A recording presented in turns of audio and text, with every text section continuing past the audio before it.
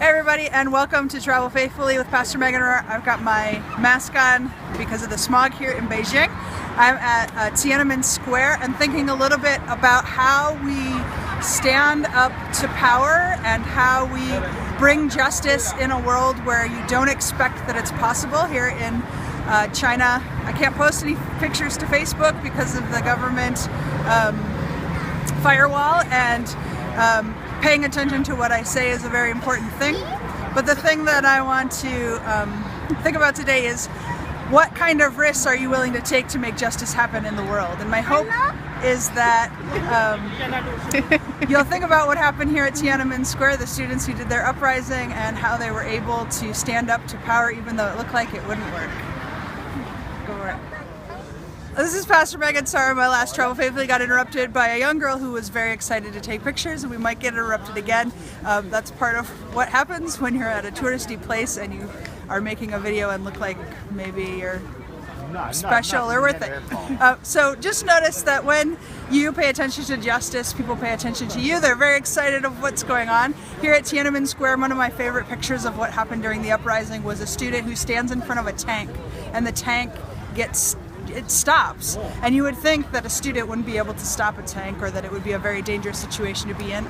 Yes, it was a very dangerous situation to be in, and the students who faced the ramifications afterwards of what happened at Tiananmen Square learned a little bit more about that.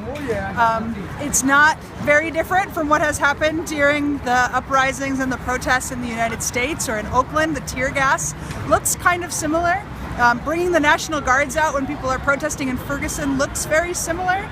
So the hope is that we will live in a world where you can be a part of justice so that you won't face those ramifications. This is the part where Pastor Megan turns pink because everyone's watching me film this video. Anyway, love you all lots, and I'll see you again next time.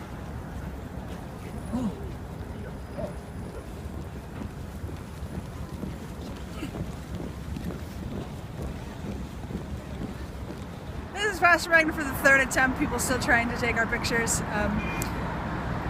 What I want to encourage you to do is to think about ways that you can stand up for those who are vulnerable, the ways that you can make God ever present in the world and feel like justice is happening in the world.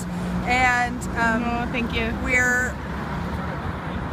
We are people as Christians who follow a person who followed this idea that you can stand up to authority in such a big way that it ended up with death on a cross. I'm not saying you should do that. There should be a no occupancy sign on the cross from now on, because Jesus fulfilled that for us and we don't have to replicate it. What my hope is that we can all do our part. That's our little bit of etching away to get justice ever closer to us.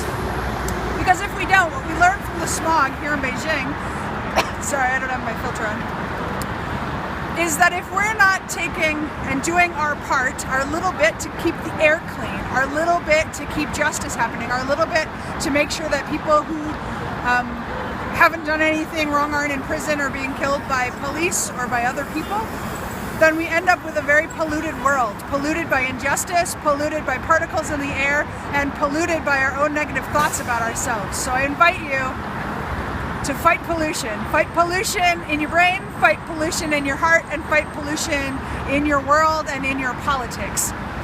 Do the little bits that you can. And let's all breathe together the way God wants us to, with clean air, and with justice, and with a little bit of a Christmas spirit. So this is Pastor Megan coming to you from Beijing, and we'll see you next time.